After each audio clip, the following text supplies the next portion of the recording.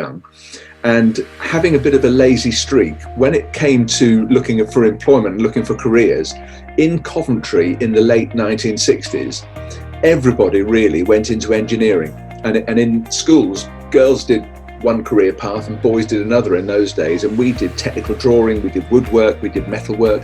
And there were lots of big engineering companies in Coventry, like Courtaulds, Rolls-Royce, lots of car companies. That's kind of, without anybody pushing you or telling you, that's kind of what people did. And I didn't really fancy doing that. And I remember one day the army came to school when I was in my last year to do a sort of a career drive.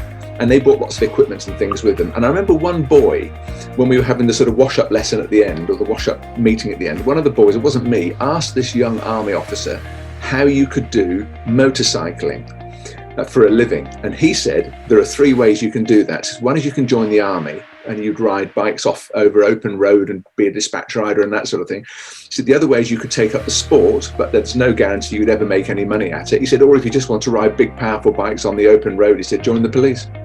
And I have to say, I'd love to give you some lovely altruistic reason why I joined the police to help people and, defend the poor and the weak. But actually, I joined it to be a motorcyclist and I never did it. Hi, welcome to Unapologetically You with myself, Tulse. And today we're going to be speaking with Ian Boswell. And he is such an interesting character. He's given us the opportunity to get an insight into what it meant to come from an introverted background and becoming a chief inspector within the British police force. And Ian captures the influential people within his career, and we discuss what leadership truly is. We also get an insight into how he overcame his battle with cancer and what it actually means to him to be physically active. And in fact, if he wasn't so fit, he probably wouldn't have been so astute in picking up the symptoms to catch the disease early. I absolutely love this conversation with Ian, and I hope you do too. Do listen out for some great insights on what makes Ian such an exceptional individual and completely unapologetically him. Please let us know what you think in the comment section below. And remember, you can catch us on Spotify and Instagram at unapologeticallyu. And if you're not already a Patreon subscriber, make sure you click the link in the description below where you can become a member of our community. And this is where we get to have in-depth conversations, reels about green room antics that me and Kelly get up to, and we can answer your questions there too. Anyway, I hope you enjoy this brand new podcast. So, Ian, we were able to get your son, Chris, on Unapologetically You podcast, and he spoke about you as a police officer, and he embodies your teachings for kindness to others, as well as the need to support and help others with his own set of morals and values, in a sense. And I wanted to dig deeper into who is Ian Boswell. Can you tell us what made you choose this profession, and what was your journey like leading up to taking the chief inspector role? Well, that's a big question which invites a long answer. But if I paraphrase a little bit, I was born and brought up in Coventry, which is in the Midlands. And I lost my father when I was 5. And I had one brother at that time, an elder brother who was 7. But my mum married again, not just over a year later, to a lovely man, Peter, who's also since died. But they went on to have 3 more children. So in effect, I've got 3 brothers and a sister. And we think of ourselves just as one family group. We're all in touch and we all get on. But I went to a school in Coventry, which wasn't a bad school. I just wasn't very happy there. I didn't excel particularly academically. I think I would be, if people remembered me at all, they would say I was probably an introverted person that had 1 or 2 friends that I used to stick around. That was kind of me. But I did get into cycling and then motorcycling when I was young. And having a bit of a lazy streak, when it came to looking for employment and looking for careers, in Coventry in the late 1960s, everybody really went into engineering. And in schools, girls did one career path and boys did another in those days. And we did technical drawing, we did woodwork, we did metalwork. And there were lots of big engineering companies in Coventry, like Courtaulds, Rolls-Royce, lots of car companies. That's kind of, without anybody pushing you or telling you, that's kind of what people did. And I didn't really fancy doing that. And I remember one day the army came to school when I was in my last year to do a sort of a career drive. And they brought lots of equipment and things with them. And I remember one boy, when we were having the sort of wash-up lesson at the end, or the wash-up meeting at the end, one of the boys, it wasn't me, asked this young army officer how you could do motorcycling for a living. And he said, there are three ways you can do that. So one is you can join the army and you'd ride bikes off over open road and be a dispatch rider and that sort of thing. He said, the other way is you could take up the sport, but there's no guarantee you'd ever make any money at it. He said, or if you just want to ride big, powerful bikes on the open road, he said, join the police. And I have to say, I'd love to give you some lovely altruistic reason why I joined the police to help people and, defend the poor and the weak. But actually, I joined it to be a motorcyclist and I never did it. So, oh, brilliant. So when I was 16, I joined as a cadet, and that opened your eyes to all sorts of possibilities. And I watched the police officers dealing with things, and it almost intimidated me a bit, because being this sort of shy, rather introverted youth, when police officers get sent to incidents, they're expected to take charge. And that can be a fight in a pub, it can be a road accident, it can be somebody that's died suddenly at home, it can be a domestic violence incident, but they always arrive there and take control of a situation. And I thought, I'm not sure I could do that. But of course, when the time came to join the police as a regular police officer, I had to go through the induction process the same as anybody else. And they posted me to Maidenhead. And really, the 3 years as a cadet prepared me really well, because I found myself in the company of like-minded people, all of the same age, all with the same motivation in life. And I think I really came out of my shell. So the cadets did me a lot of good.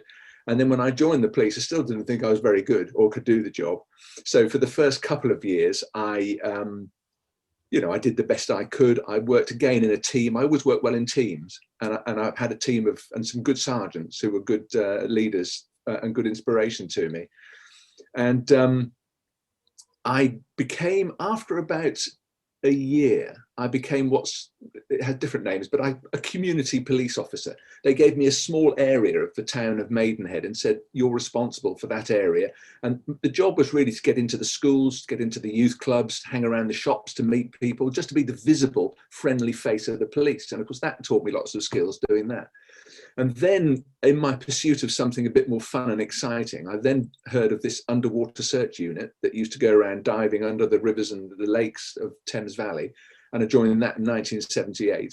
And I did that for 8 years, where I met, I'm sure we'll come back to this character, but the sergeant who ran that team was a man called Maurice Denson.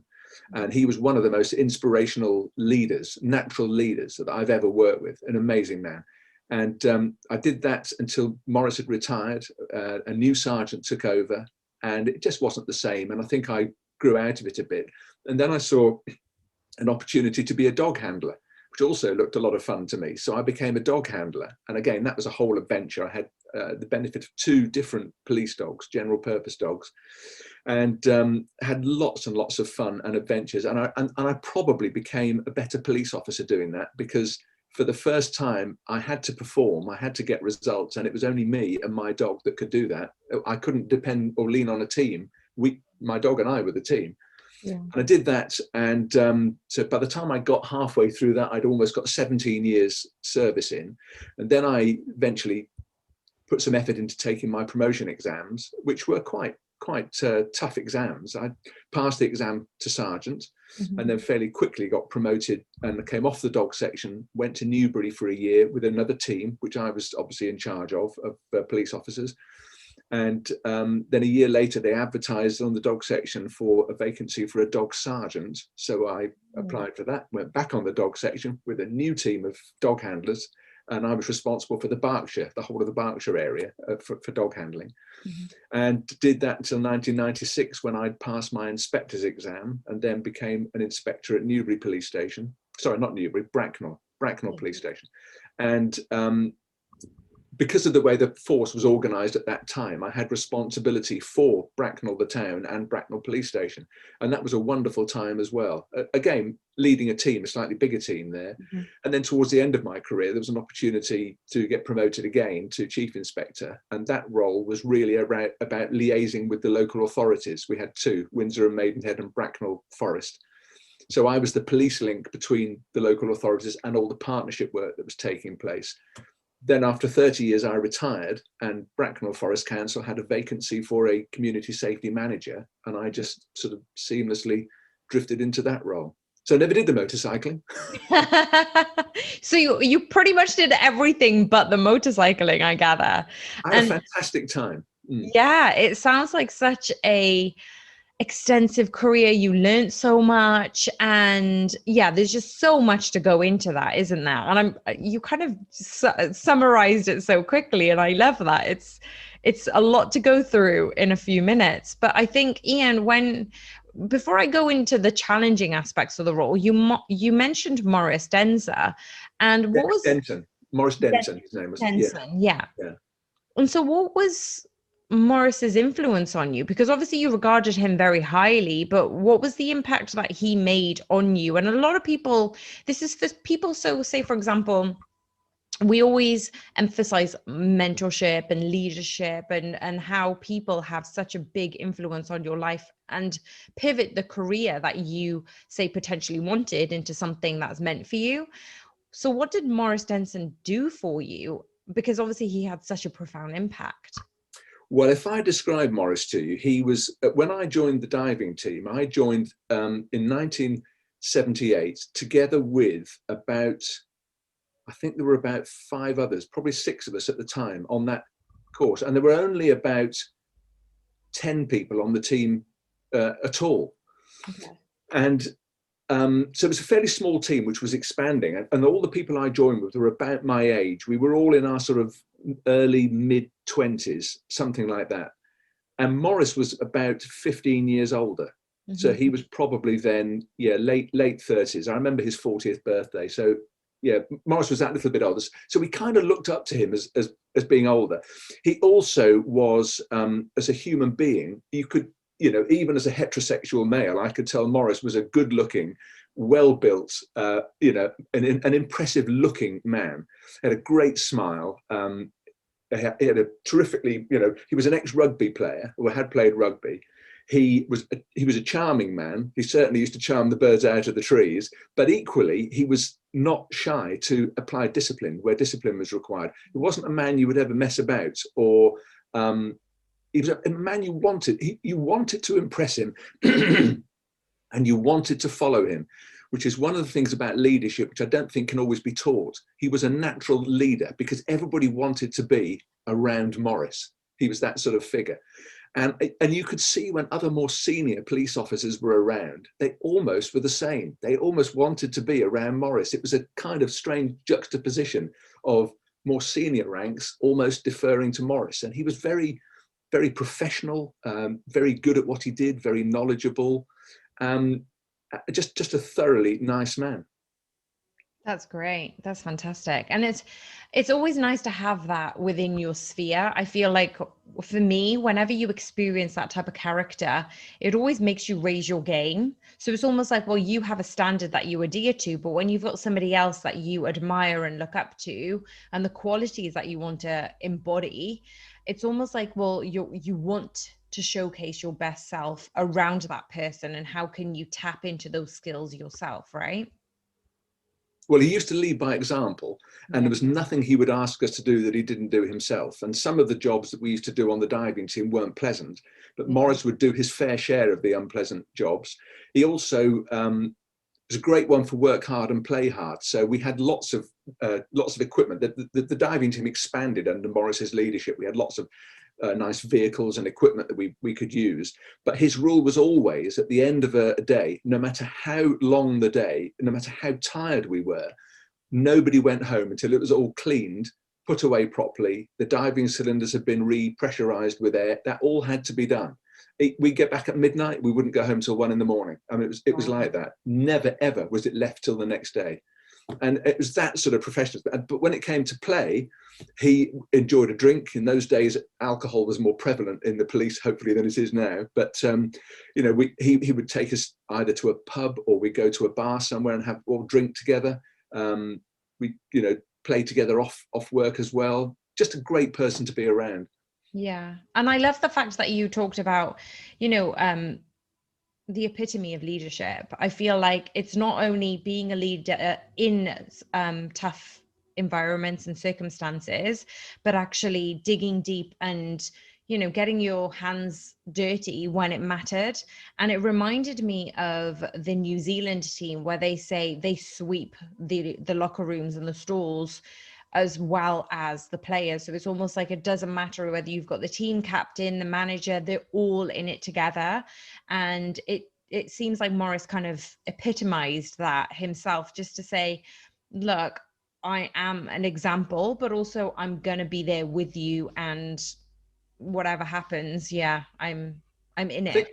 I think as you go through life, I think we all do this, but you see people you admire. That can be people you meet or people you see on television or whatever, and you kind of pinch bits of their qualities that you quite like and think, I'd like to be like, I'd like to do that. And I've probably got more of those from Morris than I've got from anybody else. But one of the ones I often remind other people about is that we could do the simplest task, the simplest job, and he'd come up to you and he'd say, good job, well done, you did a good job today. Yeah. And your first reaction was, well, it was a nothing, it doesn't really deserve any praise, but you can't deny it felt good. Yeah. So I've always said to people, no matter what people do, if you say to somebody, well done, you've done a good job today, they might think, well, I didn't do much. But nobody ever doesn't like to hear that.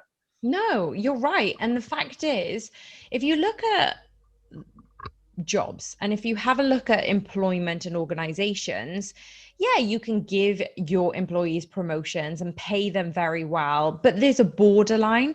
There is a cap where the money is just, it doesn't satisfy the individual when the basic needs have been met. And the most satisfactory employees and workers are those who feel valued, feel appreciated, or given those levels of praise, because it's like they will go above and beyond because they feel recognized and appreciated. That's exactly right. It's exactly right. I mean, it's that question of why do we go to work? Why will we do things for other people or for an organization, which ordinarily we wouldn't do? And a lot of the time it is just being valued and appreciated. It's so important. I agree. And I just wanted to go back a little bit regarding the challenging aspects of the role. Obviously, you mentioned different roles that you've gone through within the police force, and it's quite an extensive career that you've paved. But what are some of the challenges that you may have faced, and can you just tell us what you learned from those? Because most people learn big things when something traumatic or something has happened. So were there any moments in your career, apart from Morris being a brilliant leader for you, that kind of caused you to shift perspective of say life and who you are? Yeah, one of them I did pick up was people want to be led. And I've always thought that, bearing in mind when I said I was a fairly shy, sort of quiet youth, the idea of getting a team of people to do what I wanted them to do, I thought, why would anybody do if I got 10 people and said, right, I want you to do this, I would imagine they'd just go, get lost, I'm not doing that. Why would they do it? And the reason is people want to be led. And you see this in times of crisis, when you have something like, I don't know, if you had a plane crash and people were suddenly stranded on an island somewhere, somebody will emerge as leader. And usually most people will want that to happen because they want somebody to stand up and take the decisions and take the responsibility. And I found that curious. But once you get a leadership role, I think the first time I ever had responsibility for other people, it's surprising how people actually, if they're led properly, will get in line and support you. And I'll tell you one person, this was towards the end of my police career, I think it was. I went to a passing out parade at Sandhurst. When I was the inspector at Bracknell, we used to be invited to go to just as local dignitaries or whatever it was, we'd be invited along to the passing out parade. And on the first one I went to, the farewell or the passing out inspection and the speech at the end was delivered by somebody called Field Marshal Sir Nigel Bagnall. And I'll tell you how old he was. This was probably the late 1990s. And in his speech, he said, you have to think of the dates. He said, when my grandfather was here at Sandhurst. And I thought, that must make you quite old. He looked like an old man. But he delivered a speech which I thought summed up leadership. It was absolutely brilliant. And I phoned them up the next day and I said, do you publish the speeches? And they said, yes. I said, can you send me his speech? And the first bit of it, it's only about a third of a side of A4, not even that, half side of A4. The first bit of it was really aimed at people in the army. Mm-hmm. But the second part of it was aimed at anybody. And mm-hmm. I copied it and I've given it to so many people since to say, if you want to know what leadership is, it's that. And I've given them this piece of paper. I'm going to need that. I'm going to need the copy of that. I've probably got it under this desk. If you want me to reach for it, I could read it to you now. Yeah, if you've got it in hand, that would be a treat. Because it's just one of those things I thought was, this will look prepared, but I know I've got it here somewhere. That's amazing. It's nice that we can share something like this to our listeners as well, just to kind of, epitomize what leadership is. And you're coming from an introverted background as well. So it's not a case of, you embodied the leadership qualities. It's almost like you'd worked to get to that position. So you're absolutely right. So this was another one. I just thought this was, if you want to know what leadership is, I thought this was spot on. So this is a field marshal talking to new officers who've just passed out at Sandhurst. And he said, always remember that what your subordinates think about you is far more important than concerning yourself with the views of your superiors. This may sound somewhat perverse, if not suicidal, especially in this relentlessly competitive world of today, but this is not so. If you have earned your subordinates' respect, this will enhance your own performance, since they will do anything for you, whether this be on active service or covering for you when you make mistakes in the course of the normal day. And be under no illusion, mistakes you will make, as I have done throughout my career. But if those you are leading know that you have them and their well-being at heart and are prepared to subordinate your own interest to theirs, then you are more than halfway to winning their unstinted loyalty and support. The rest will be earned by the standards of professional competence you display. There is no need for me to say anything more on that point, but let me stress that looking after your subordinates does not mean pandering to them. Drive them hard when the need arises, but drive yourself harder. Be strict with the ill-disciplined and the intolerant of the idle. Be strict with the ill-disciplined and intolerant of the idle, but make certain that your own example in this respect is beyond reproach. We are all mortal, so we'll have our own relapses, but there is never any excuse for selfishness, self-advertisement, a lack of consideration for those you command. Never forget that loyalty extends downwards just as much as it is expected upwards. So look after your subordinates and they will look after you. And I thought that's it in a nutshell. I love that. And it goes back to what you were describing earlier about how Morris had made an example of how leadership should be. And also when I was talking about the New Zealand team, of even the team captain will dig in, even the management will dig in, because they are saying, well, I'm here shoulder to shoulder. I'm here with you through the rough times and the good times, but also I'll know when to push you that little bit further. So I completely get it, especially from a coaching perspective, is I didn't know how I was doing it. I just did it. And now that I come to realize what I was doing upon reflection was I was with my clients and I was saying, okay, so what do we need to work out? What do we need to do to get there together? And once they realized the commitment, the consideration, the willingness that I had to be on their side, and we were there to get to their goal together, I felt like there was more, I don't want to say compliance, but I want to say that there was more encouragement from them. They were willing to go the extra mile. And it's because we had this relationship that we formed to say, I get that it's difficult, but I get your journey and I'm here with you. I'm here to go along with you, but I'm going to push you. And it felt like when you were reciting that speech, I completely got it from a coaching perspective, as well as what the leaderships have been good at and how they've actually given us an example of how it should be. I'll send it to you, Tel, so you can have a copy of that. I love it. I It's absolutely love good. it. So that was, But you thank see, you so much. it illustrates the difference between being a leader and being a manager. Yes. Because the manager Such a just big sets difference. tasks, just chases you on performance, Yeah, checks figures. That's what a manager does. A leader sets an example, sets a strategic direction. A leader is somebody you want to follow. That's not the same as being a manager.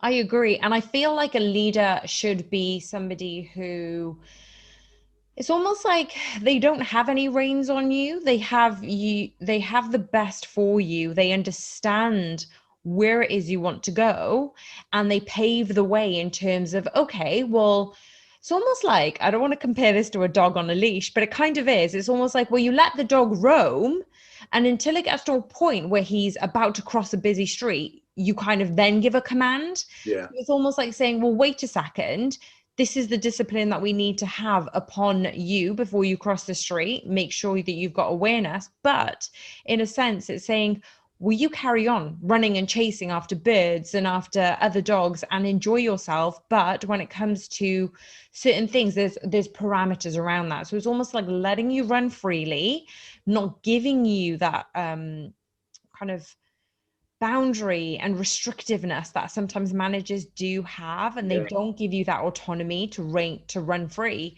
Mm. whereas leaders actually go, right, all right, carry on. And if you do, just before you make a crazy mistake or Yeah. a mistake that has massive repercussions, I'll rein you in and kind of veer you in the direction that you want to be in rather than enforce things. Yeah. So they create a safe space for you to learn and teach yourself, don't they?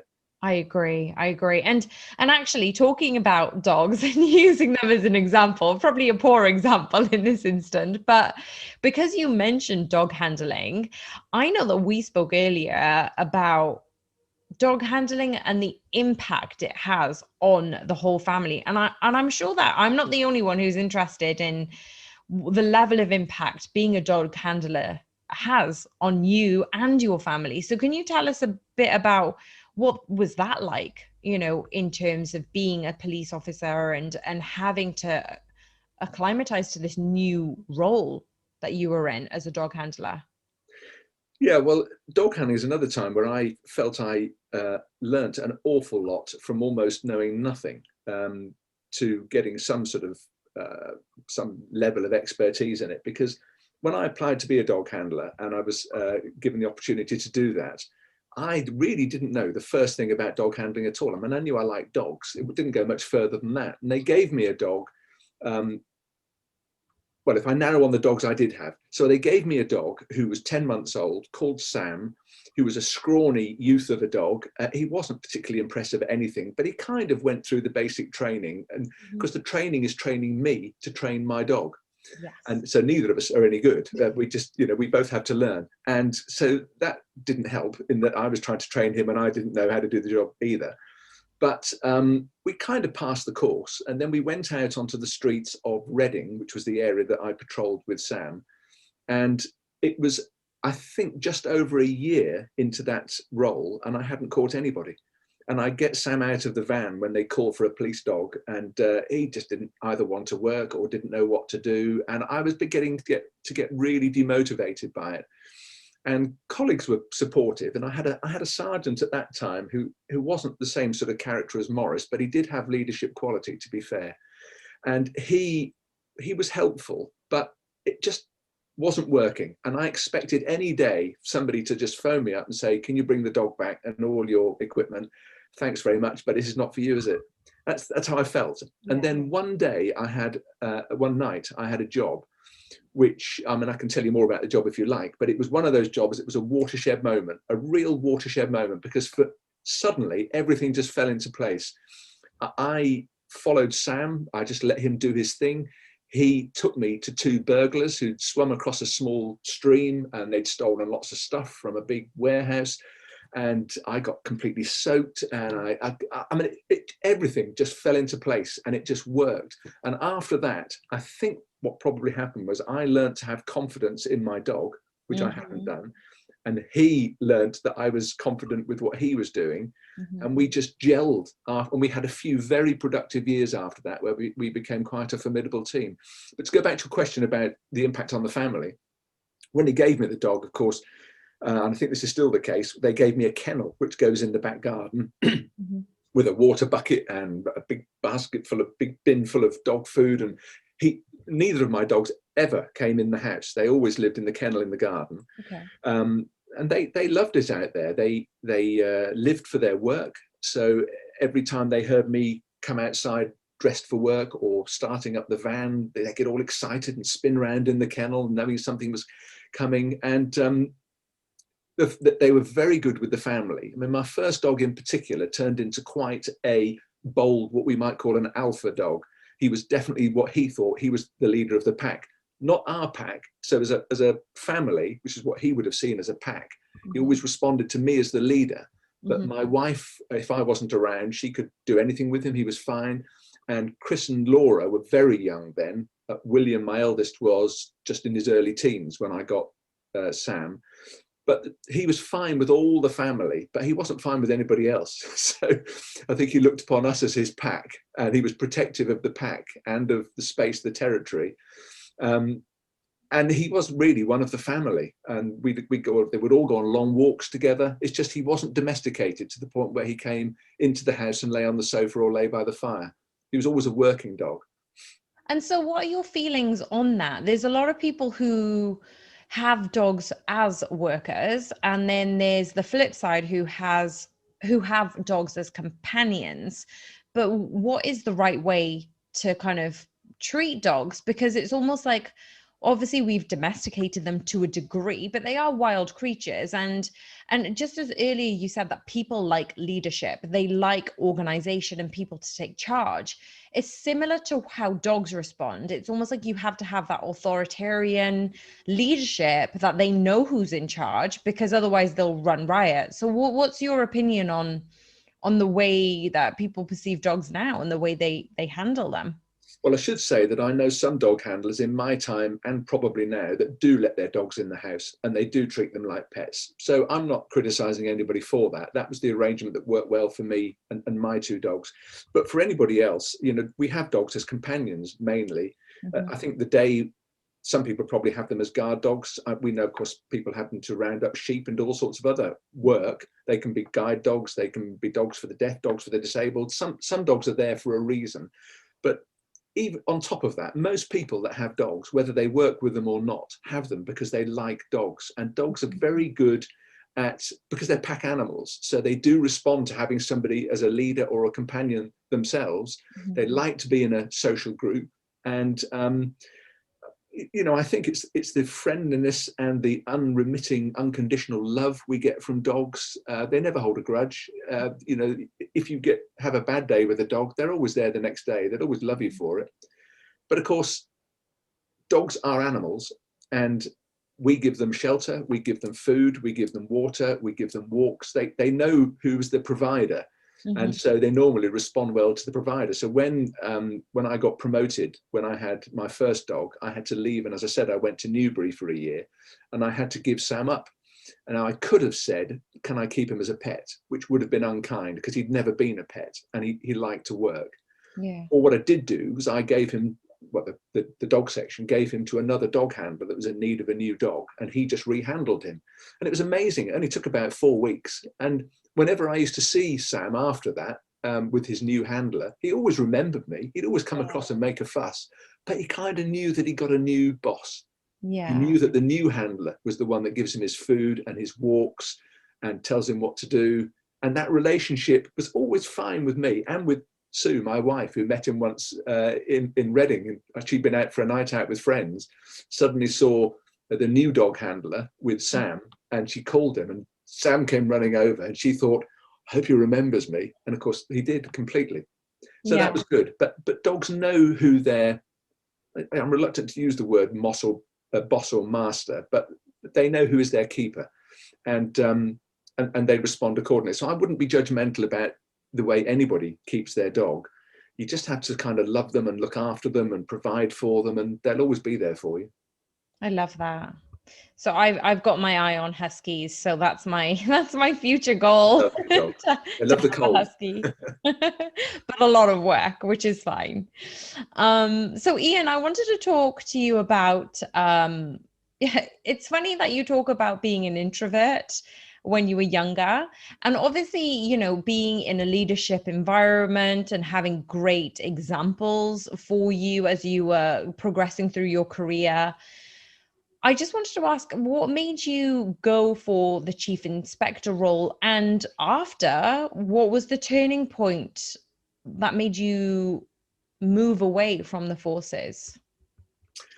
Well, the promotion thing, I think my biggest handicap throughout my career is probably a lack of self-confidence, and that grew over the years. So it took a step forward when I dog handled with Sam, because we were successful, and success makes you confident.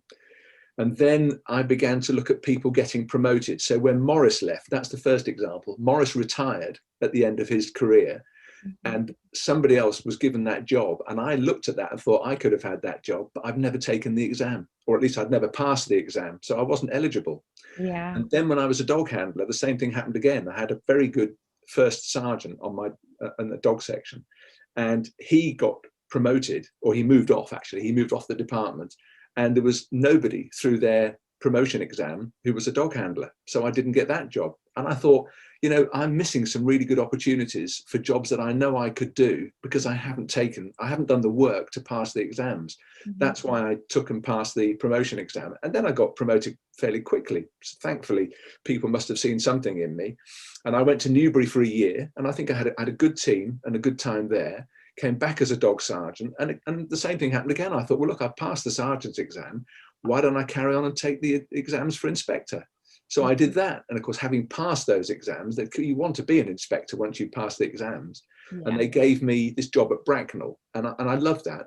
And the dog section was run by an inspector, but there was never a vacancy at the time that I was working at Bracknell. But I loved working at Bracknell as well. And I learned more about myself and different ways of different people. And that was a really good time. And then as I got towards the end of my career, and I'll come back to the end because that's a bit of a misnomer. As I got towards 30 years, had a very good friend who was my boss actually at the time. We joined the police together, and he encouraged me to put myself forward for promotion to chief inspector. So Nice. I did. And at the Yeah. second attempt, I got that promotion. And not long after that, of course, I reached the 30-year point. But the thing I think this has changed now, but when I joined the police, they used to say to you, look, you're in for 30 years. At 30 years, you get your pension and you can leave.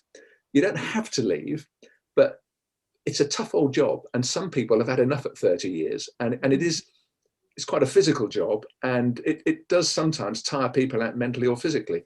So I found myself going through the whole career looking towards a 30-year point, which was a mistake. They shouldn't say just because you can retire at 30 years doesn't mean you need to. But of course I did, because I was a chief inspector. The role was changing and the role was a little bit uncertain. And as I said, this opportunity cropped up with a local authority. And I thought, well, I could retire from the police, take a pension, go and work full time for the council and be paid for doing that, and work a 9 to 5, 5-day week with weekends off, which is something I hadn't done for years. And it just seemed too good to miss. But of course, I did look back many years later and think if I'd stayed, I could have been promoted further, possibly. I don't know. So And you took it quite literally then. I did. So I was 49 when I retired from the police. And to be honest, I could have, certainly at chief inspector level, I could have done that job at 60. That Yeah. wouldn't have Yeah, been a for problem. sure. But that, you make life choices, you stand by them. I don't regret leaving, but I didn't have to leave. Yeah, that's interesting actually. My brother who's in the RAF, he has the same thing. Like you kind of get these long-term contracts that you can renew, but it's almost like then you've got the option for do you want to retire and when is it that you would like to make that shift in your career. So that's really interesting to know that yeah, you've still got choices, but yeah, don't take things too literally sometimes. Well, I think as well in a police career, it's difficult not to put the job first. And I Yeah. think there were times my family took a second place, really.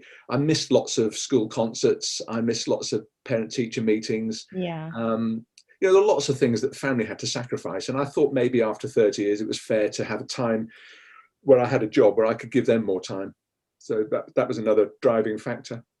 And that's the thing. It's almost like people say life is about balance, but sometimes you can't instigate that balance. It means that you need to work hard for a few years, and then you kind of have to shift that priority back onto your family life. So sometimes it's like you have the priorities in life, and there are things that take top priority, such as work or education or things like that. And later on you can then shift the priority over to the family life, which is obviously what you did, and it's obviously worked for you in that time as well. But it's not changed has it changed the relationships between you and your children now, or? I don't think so. I don't think so, because we won't know what would have been. Yeah. If I'd had all that time, who knows what might have been different. But they've all turned into balanced individuals and all seem very happy. So I don't have regrets over it. But it's interesting. Some of the people I joined the police with were much more ambitious than me and probably more capable as well. And they did work hard to get promoted. And some of them climbed the greasy pole fairly high. But in some cases, there was a cost, a price to pay in the amount of time they never had for their children. I've seen that happen. And I've known other people who never got promoted at all, stayed as police constables throughout the whole career, had a thoroughly happy, satisfying career, and have had children that have gone on to do wonderful things as well. Yeah. I'm not sure there's a right or a wrong. No, it was more of a question of, did you find it enjoyable to kind of spend more time with them after you retired? So it wasn't a case of what if, it was more a case of, did you end up cultivating the relationships with your children that much more? Did it pan out in that way? Yeah, I think so. I mean, William had largely grown up by the time I retired, and Chris and Laura were still at school, but I definitely had more time with them when I retired. That's true. That's good. Well, moving on a little bit about what most people don't know this about you, and we haven't really touched it upon it until now, but I know that COVID has been very tough for many people, but you were given a huge challenge when you were diagnosed with lymphoma cancer. And as someone who keeps up with a physical conditioning, what has it been like for you to overcome cancer and adjust to the rules of social distancing when you enjoy being so active? Like, can you give us an explanation about how did you cope, and what were the methods that kept you sane during this time? It's an interesting one, and I know people respond in all sorts of different ways, I'm sure, to a cancer diagnosis. And when it's portrayed on television, people often seem to see the world collapse around them, or they suddenly find themselves in a tunnel, and that's why you should always take somebody along with you if you're expecting that sort of diagnosis. But it's horses for courses. Now, for me, I was fortunate, I suppose is probably the wrong word, but the year before I got cancer, my daughter did, and she got Hodgkin's lymphoma, which wasn't quite the same as the one I got. And she started off by having a lump in her neck. She wasn't sure what that was. That was eventually diagnosed as being lymphoma. My wife and I went down to the hospital in Brighton where she was treated, and she had to have 6 sessions of chemotherapy, each 2 weeks apart. And she dealt with it with such forbearance. It just amazed us. She was strong throughout. We said, of course, we'd do anything we could or were able to do to support her, which we did. And she just seemed so strong. She seemed so inspirational. And of course, she got to the end of those 6 sessions and was told that she was clear, and she's now been clear for 2 years, which was wonderful. And then I was just after she got the all clear, I had been for years doing lots of cycling and swimming. So I'd go cycling every Sunday with my youngest brother. We'd do sort of 30, 50 miles every Sunday morning. And I was also swimming a lot. And I'd go once or twice a week to my local pool and do maybe 100 lengths. Just, I pushed myself, but it wasn't particularly competitive. But then I noticed about 2 years ago, early 2019, I found the swimming was getting more difficult. I used to do 100 lengths easily, and I was finding it getting hard. And when I was cycling, I found some of the hills really challenging. My legs would ache, and I thought, I'm not going to get up the hill. And also, my wife was spending a lot of time upstairs because she was waiting for a knee operation. So I was up and down stairs looking after her. And I'd run upstairs and say, oh, I feel so lightheaded. People kept saying to me, do you think you should go and see the doctor? And I said, no. I'm just a virus I picked up after Christmas. It's not a problem. But I did go and see my doctor about something else. And while I was there, I told her what I've just told you.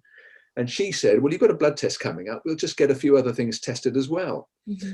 And then a week or so later, after the blood test, she phoned me at home, which is always a mistake I found when your doctor phones you at home. And she said, we've got the results of your blood test back. You're anemic. And I said, what does that mean? She said, well, for a man of your age and size, your hemoglobin levels should be between about 120 to 160, and yours are 85. So I said, right. So I said, well, what does that mean? She said, well, we've got to do some more tests to find out why that is. But one of them, she said, I want you to go and have a colonoscopy. And I sort of smarted at that and said, is that necessary? She said, well, it could be nothing. We're just going to rule out all the worst things first. So I toddled off to the local hospital to have a colonoscopy. And they were very kind, very understanding. You watch this whole procedure on a screen. You watch the screen they're looking at, and you can see this camera threading up your inside. You can actually feel it. It's not painful. And I was there for about 20 minutes, and I kept thinking, look, come on, I want to go home. I've had enough of this now. And then the camera went round a corner, and there was this little thing on the inside of my bowel wall, which you can only describe as being like a Cadbury's walnut whip. And I looked at that and thought, it doesn't look as though it should be there. And the doctor just calmly said, no, I think you've got bowel cancer. And I thought, oh, okay. So she told me to get dressed and go and wait up on the ward. And she came upstairs and said, yeah, I've had a look at that. She said, I've seen it many, many times. I think you've got bowel cancer. So you'll now get lots of referrals. You're going to get appointment after appointment very, very quickly. And I wasn't too downhearted, because I thought, the only thing was, I thought I eat well and I exercise well and my weight's good, and yet I pick up bowel cancer. That's kind of seemed a bit unfair. Yeah. But then I thought, well, I've caught it early because I've got no other symptoms, so it must be treatable. So I was kind of optimistic. And then after they'd done the biopsy, they said, it's not bowel cancer. You've got non-Hodgkin's lymphoma, what they call a large diffuse B-cell lymphoma.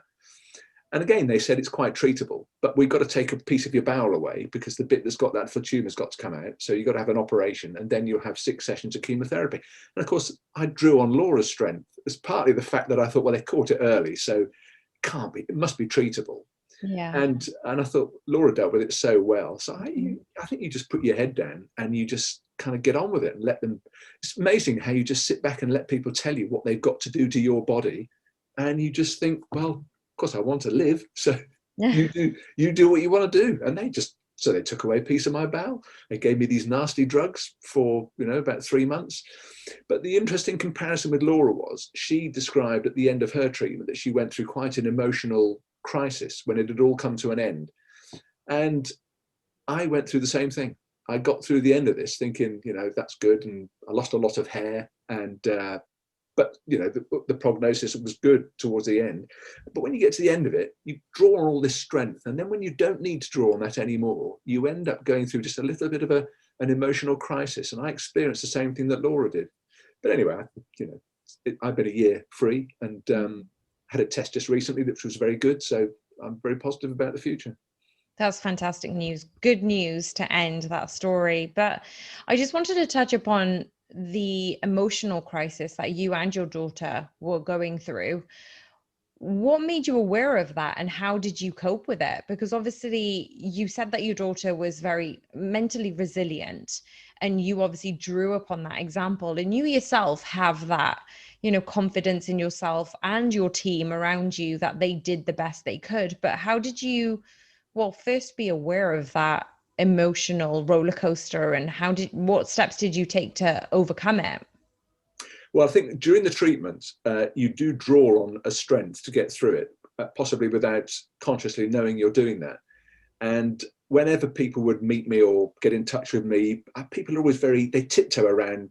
We all do, don't we? Tiptoe around things like serious illness or death or things. And sometimes it almost makes it worse when people are saying, are you okay? How do you feel? I mean, the people have been kind, and they just don't want to touch on something that might upset you. But actually nothing upset me. I could talk about the whole thing through the treatment. I was absolutely fine. When I got to the end of it, I can remember, I think Laura would probably say the same. You sit down and you think, God, I dodged a bullet there.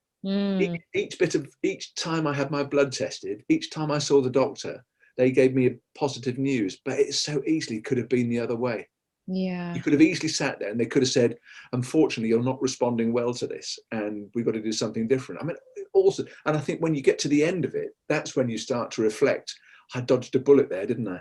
Mm. And I got really tearful. And that's where I was in my crisis. I'd sit and talk to my wife about it and I'd suddenly found myself filling full of tears. And I thought, that's most unlike me. Why am I suddenly being so emotional over it? And I think it's because you get to the end of such a challenging time, and you just kind of reflect back on how close that could have been, something much worse.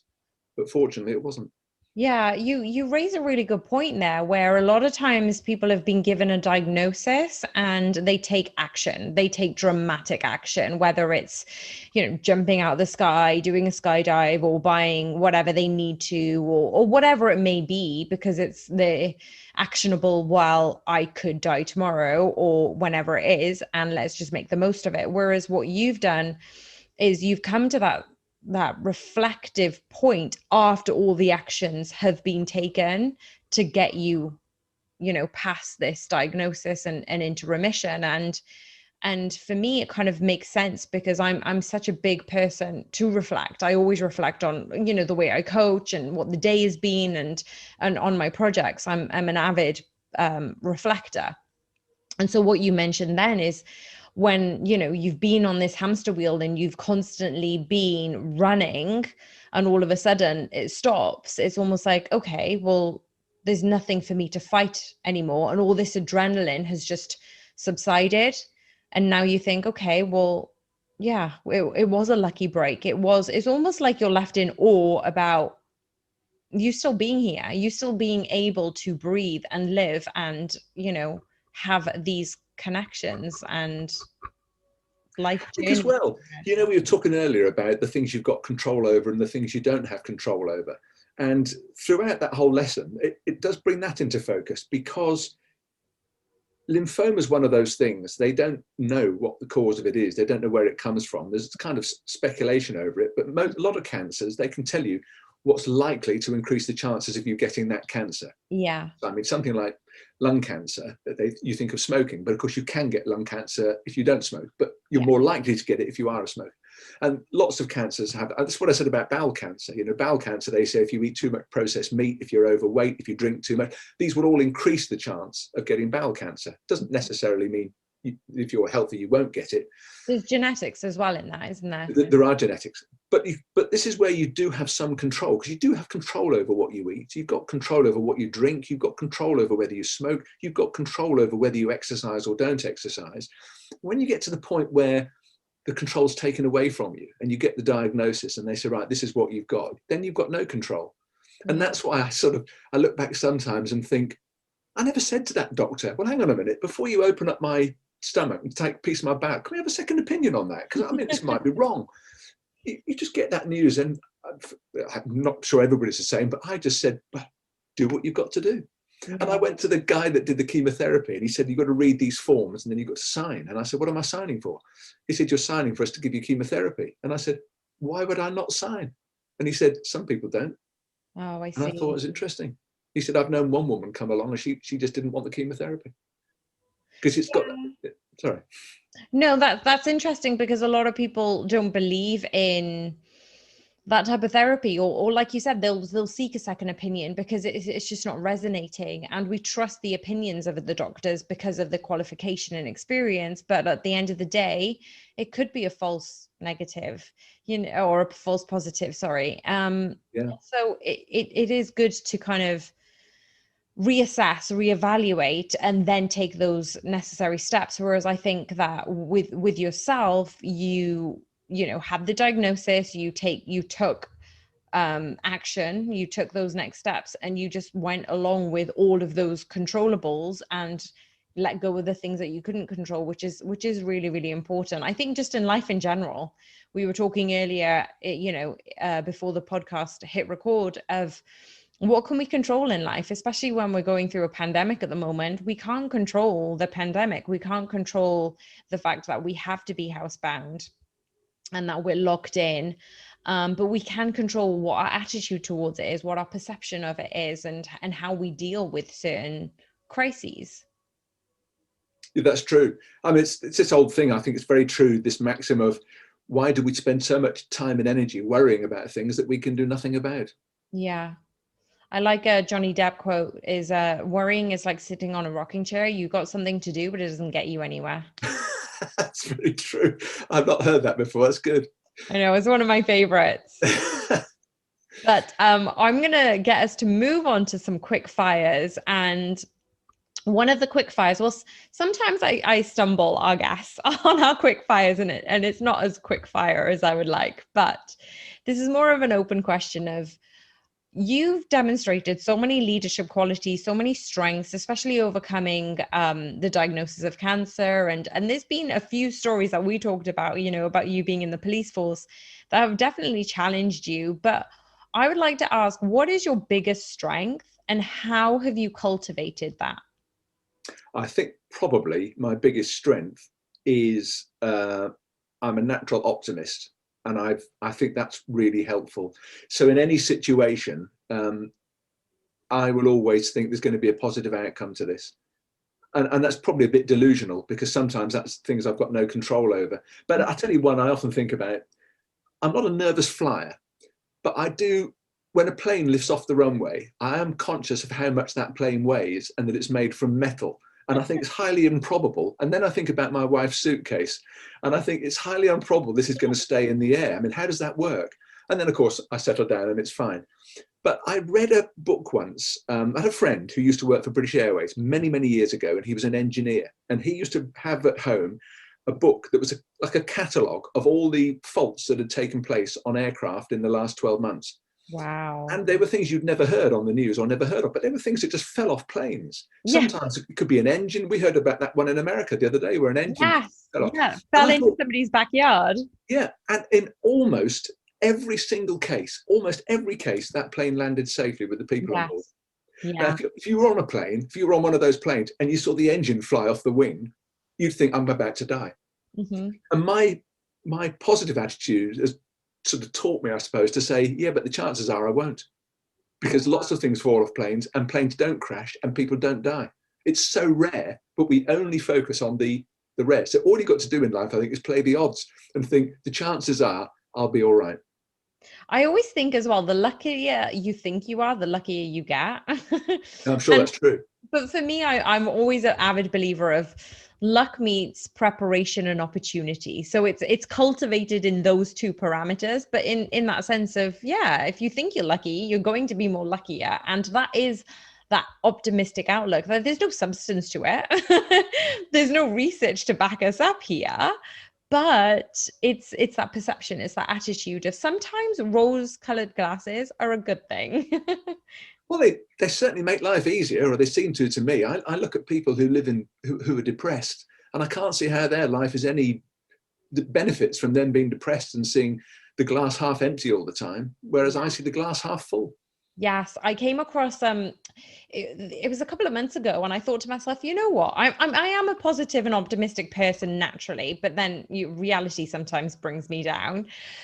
But a few months ago, I thought to myself, what is the harm in me being completely positive about this situation? So there's a situation that I was facing, and I thought to myself, am I harming anybody by just thinking of the positive outcome?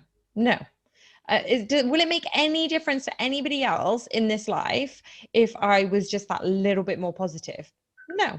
So it's almost like, well, why wouldn't I be? Why wouldn't I be positive about the situation? And whether it works out to be it does or it doesn't matter. I'm not harming anybody. And it's almost like, well, let's just see if it works out that positive way. And I just thought to myself, okay, I'm going to take that instant of, yeah, let's just be positive. And what have you got to lose?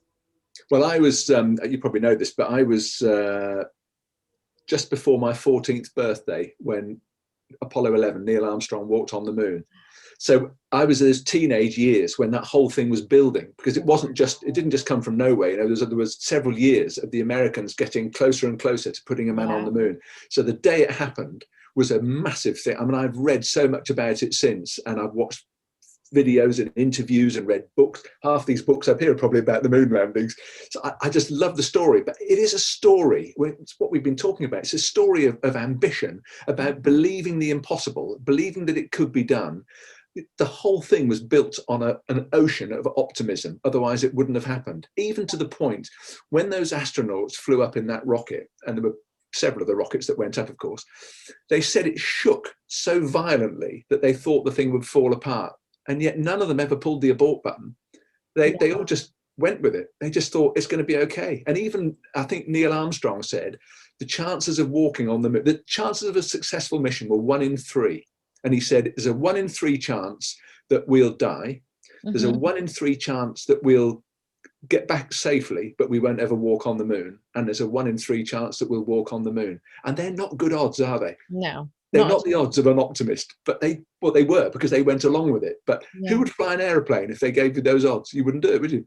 But this is funny because I am literally reading. So I've got Project Fitness Chicks going on at the moment. And within that, we have book club every month.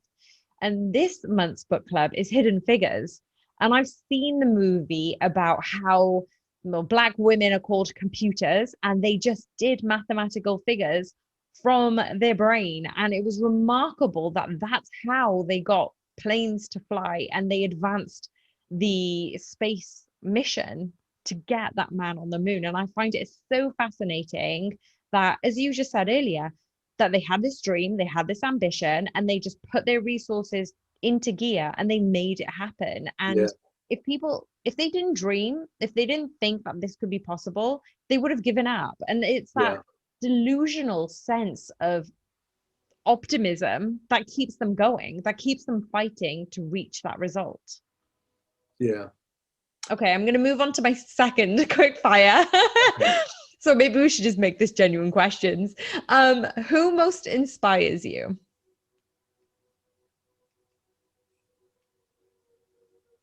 That's a very broad question. Well, of people alive today, who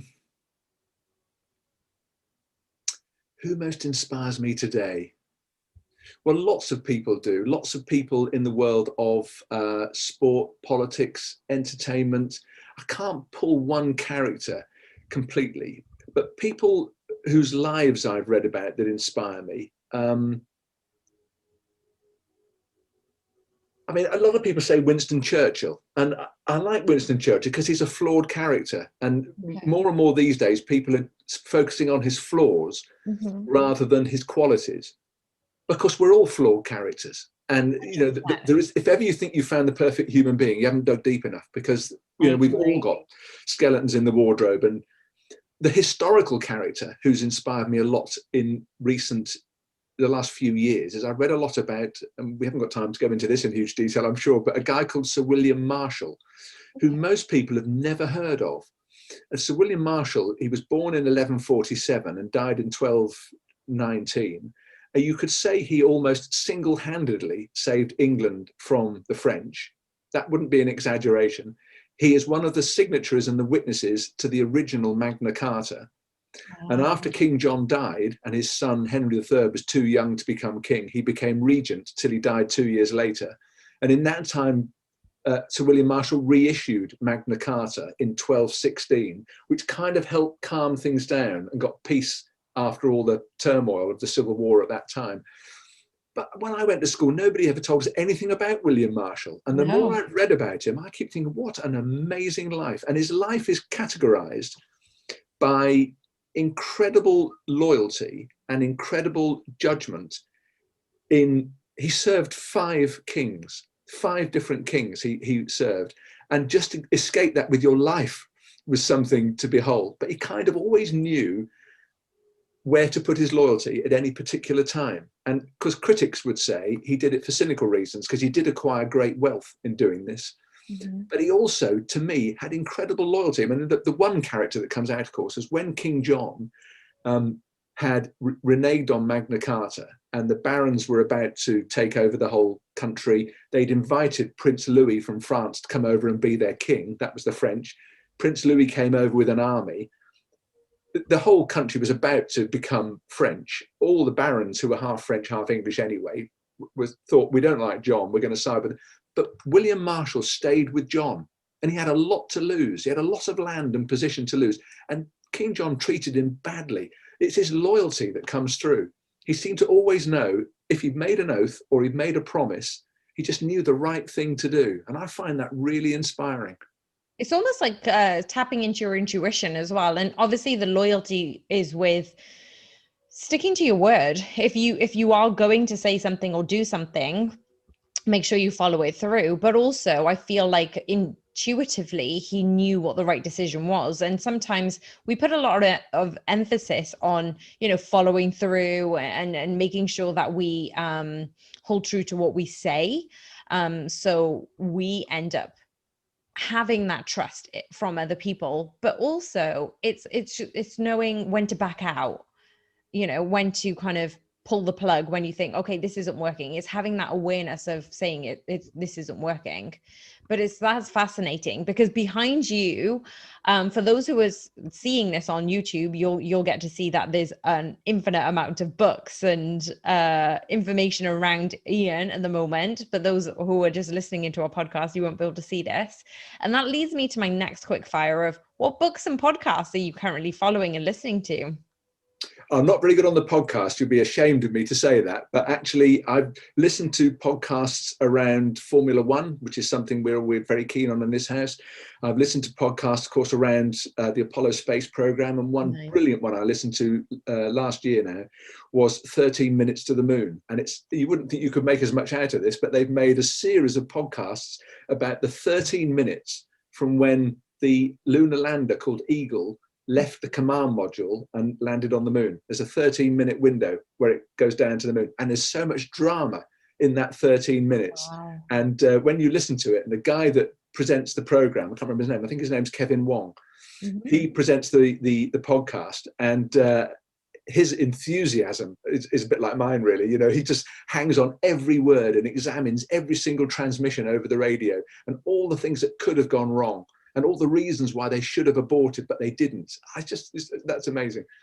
But that's going to go on my list. That's definitely going on my list. It's really good. 13 Minutes to the Moon, you'll find that. But yes. The books I got 3 really for birthdays and Christmas, which I'm working through at the same time. So one of them for pure pleasure and just entertainment is Tom Clancy and a book called Red Storm Rising. Nice. It's a pretty light-hearted sort of fictional read from about the 1980s. Another one is, I've got it here, so I have to get this right. Another one which Laura gave me is called The Spirit Level, Why More Equal Societies Always Do Better, by Richard Wilkinson and Kate Pickett. That's a really thought-provoking book full of data, graphs and statistics about inequality, really, in most countries around the world. That's very good. Nice. And the last Sounds one, interesting. Yeah, Chris gave me this one, which I haven't started yet. This is my next one, is by Nimsdai Purja, who's the ex-Gurkha who's just climbed or has written a book about climbing Everest.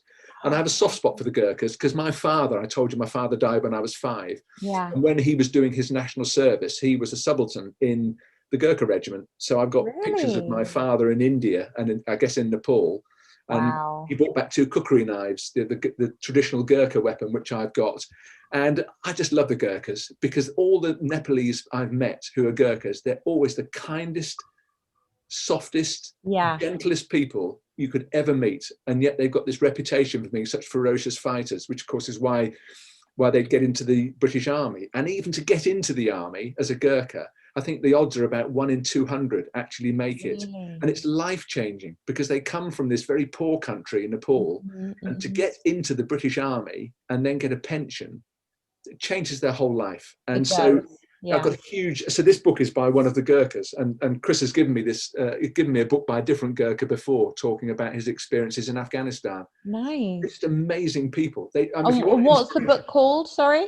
It's called Beyond Possible. Hey, look, I'm doing a bit of a promo there. Possible. Okay, brilliant. That's interesting. And I know that will be inspirational. I know when I read that, that'll be, victory over adversity, which is what these lives, these biographies are always about. What a great diverse range of books that you've got there. And definitely, I'm going to pick up that podcast as well. So thanks for those tips. And for those of you who missed it, I will put it in the description below. And so Ian, finally, the final question, the ultimate question, is we ask all of our guests this. And we ask that if you were to pick one person to be a guest on our podcast, who would you be interested to hear from? Who would be your ideal guest for us to speak to? Do they have to be alive? Well, yes. Okay. I just Unless we thought you can were. I channel didn't know if that was a communication. hypothetical question. Okay. In reality, who would I say to be a guest on the podcast? Let me just think.